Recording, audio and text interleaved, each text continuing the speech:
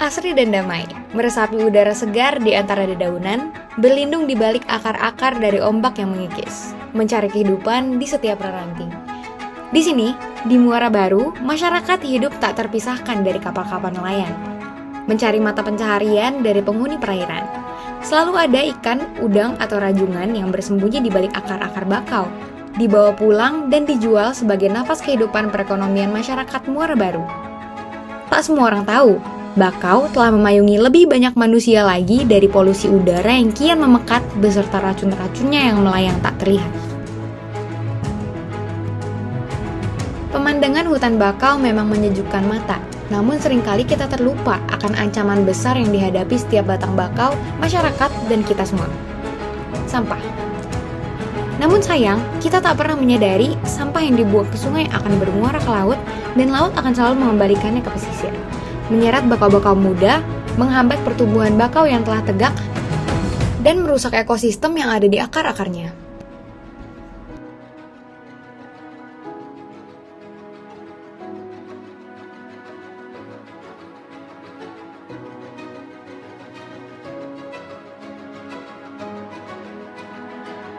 Hari ini, tanggal 26 Juli, merupakan Hari Bakau Sedunia. Maka, pagi ini saya pergi meninggalkan rumah menuju sebuah perkampungan kecil di utara, Muara Baru, menawarkan diri untuk bergabung menyelamatkan Indonesia dari ancaman pemanasan global akibat polusi udara. Kegiatan bakti ini diselenggarakan oleh PT Yamaha Motor Parts Manufacturing Indonesia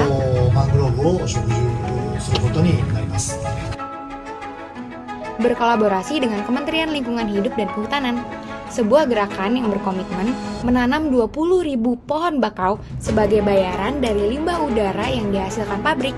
Saya bertemu dengan Bapak Ahmad Fatoni, Ketua dari Cipta Pesona Desa yang menavigasi setiap kegiatan penanaman pohon bakau di Muara Baru. Indonesia itu dalam kondisi sekarang ini ketika kita krisis karbon, pemanasan global dan lain-lain, kita pilihnya mangrove karena mangrove itu salah satu jenis pohon yang daya serap terkait karbonnya lebih tinggi 10 kali dibanding pohon darat. Bahkan mangrove ini disebutnya juga blue carbon, nanti penghasil karbonnya itu blue carbon. Itu 10 kali lebih besar dibanding karbon yang ada atau daya serap pohon di darat atau di gunung. Terkait dengan kondisi geografis kita, kami warga pesisir, saya lahir di sini, kemudian potensi yang memang bisa dikembangkan oleh kami di sini adalah menanam mangrove.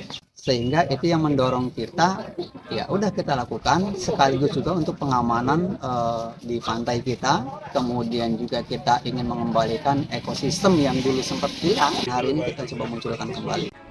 Kami melanjutkan perjalanan menuju lokasi penanaman bakau dengan menaiki sebuah kapal nelayan.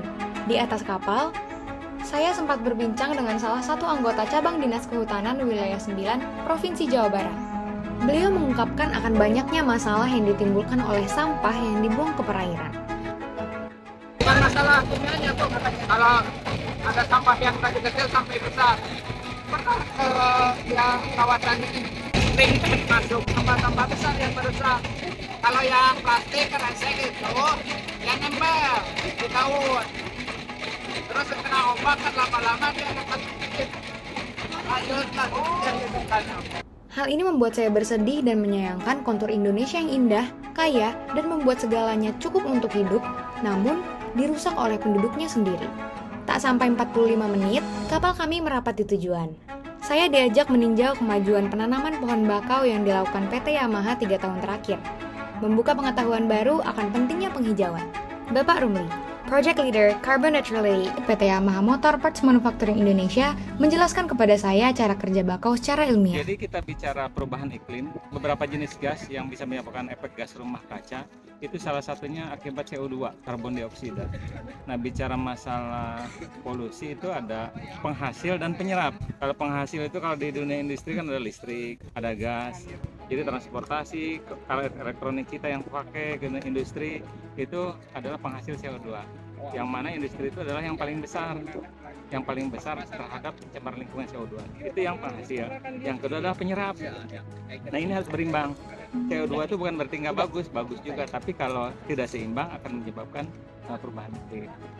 Salah satunya adalah penanaman pohon. Jadi memperbanyak penanaman pohon. Nah, masing-masing pohon itu punya karakteristik yang berbeda terhadap Penyerapan. CO2-nya, penyerapan.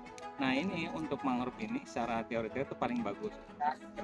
Yang Yamaha tanam sekarang itu program 4 tahun, 2022, 2023, 2024, 2025. Jadi rencananya program 4 tahun. Per tahunnya itu 7.500. Yamaha itu net zero emisi 2035. Nah, dari net zero emisi 35 itu ada 4 pilar. Jadi energy saving, new teknologi, sama carbon offset. Selain membantu menyaring air yang terkontaminasi racun, mencegah abrasi, memberi tempat hidup bagi ekosistem bawah air, dan menyerap emisi karbon, penanaman bakau juga dapat membantu kelancaran perekonomian masyarakat sekitar.